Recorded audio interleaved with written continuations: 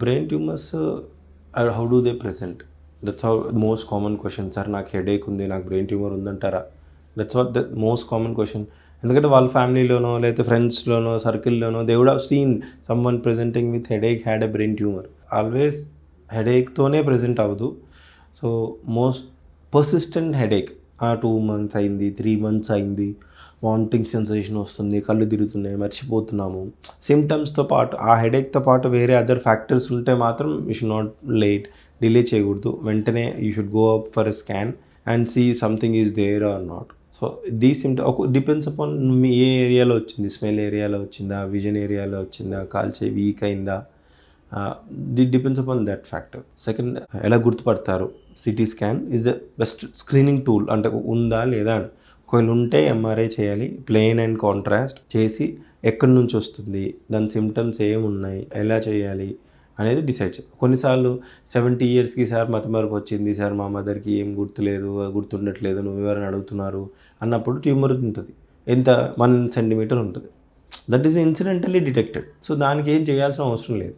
Incidental detected tumour more than 3 centimeters, especially benign meningiomas, చెవులో అవన్నీ చిన్నవి 1 centimeter, 0.5 centimeter ఇవి దొరుకుతాయి.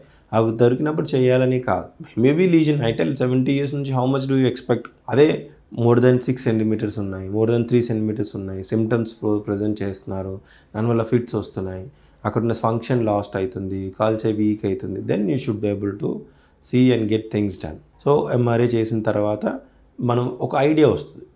Based upon radiological imaging we get an idea, ఇది ఎట్లా ఉంది, అది ఎట్లా చేయాలి అని. ఐడియా అంటే బినైనా, మ్యాలిగ్నెంటా. ఇప్పుడు ఇఫ్ యూ హ్యావ్ ఎ థైరాయిడ్లో ట్యూమర్ ఉందనుకోండి, చిన్న స్కిన్ నీడిల్ పెట్టేసి తీసేసి బయాప్సీ చేసి ఇది చేయాలా లేదా డేటెల్. బట్ బ్రెయిన్లో అలా కాదు.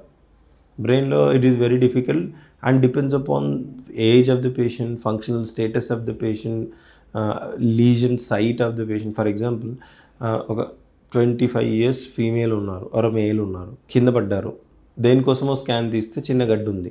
ఇప్పుడు ఈ పేషెంట్ని గడ్డ తీసి అప్పుడు ఉందో లేదో అంటే అది ఇంపార్టెంటో కాదా అని చెప్పి నువ్వు ఆపరేషన్ చేయగానే లక్కీగా చిన్నదే అని వచ్చింది అని పెళ్ళి అవ్వదు. ఎందుకంటే బ్రెయిన్ ఆపరేషన్ అయిపోయింది, మీకు హెల్ప్ అవుతుందా లేదా తెలియదు. అదే చేయలేదు, ఒక 6 నెలల తర్వాత అది చాలా డబుల్ సైజ్ అయిపోయింది.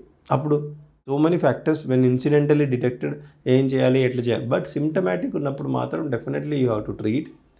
ఎస్పెషలీ మనము idea of brain tumour treatment has changed. ఇనిషియల్గా ఏంటంటే ఎంత కనిపిస్తే అంత తీసేసామా లేదా, ఫంక్షనల్ స్టేటస్ పక్కన పెట్టేసి ఎంత తీసేసామా లేదా అనేదే చూస్తాం. అదే ఇప్పుడు ఏంటంటే బ్రెయిన్ ట్యూమర్ కనిపించినప్పుడు ఎంత maximal safe resection is the criteria. Maximal safe resection అంటే ఇప్పుడు మెయిన్ కంటి నరం దగ్గర ఉంది, వెనుకడి నరం దగ్గర ఉంది, చెయ్యి నరం దగ్గర ఉంది, ఇది మొత్తం తీస్తాను. కానీ చెయ్యి వీక్ అయిపోతే, కాలు వీక్ అయిపోతే దాని రోలో ఏంటి, ఇంతకుముందు అయితే కనిపిస్తే మొత్తం తీసేయాలి. బట్ ఇప్పుడు నార్మ్ ఏంటంటే మ్యాక్సిమల్ సేఫ్ రిసెక్షన్.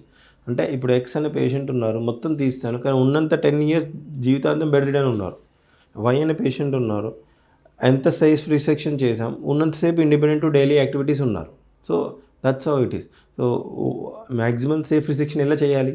ఇప్పుడు మనకున్న navigation, endoscope, microscope, intraop monitoring techniques ఇవన్నీ వాడుతూ మేజర్ ఎక్కువ డెఫిసిట్స్ రాకుండా ఎంత ట్యూమర్ తీస్తాం అన్నదే పాయింట్. అండ్ దాని బినైనా మ్యాలిగ్నెంటా. బినైన్ అయితే we can wait and watch post surgery, ఏం లేదు ఉందా, ఇంటర్వెల్ ఎంఆర్ఐ చేసుకొని. మ్యాలిగ్నెంట్ అంటే grade 1, 2, 3, 4.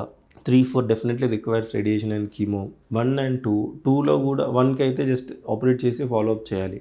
సెకండ్లో కూడా సబ్సెట్ ఉన్నారు వేర్ ఫాస్ట్గా గ్రో అవుతుంది, సెకండ్లో ఒక సబ్సెట్ ఉన్నారు where they are go okay. So it depends upon what histopathological grading.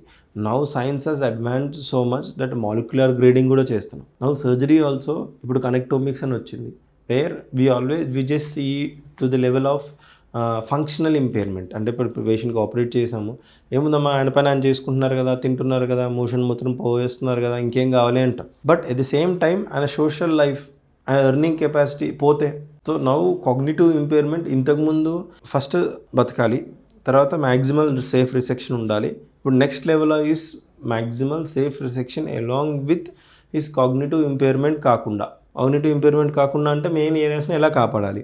So దాని యొక్క సైకిల్స్ లూప్స్ ఎక్కడ ఉన్నాయి, that is all you should see. So it has evolved over the time and it is very safe when it is involving the major structures, but only thing that you have to be in a good hands who has adequate knowledge of how to manage, especially pre-op and post-op.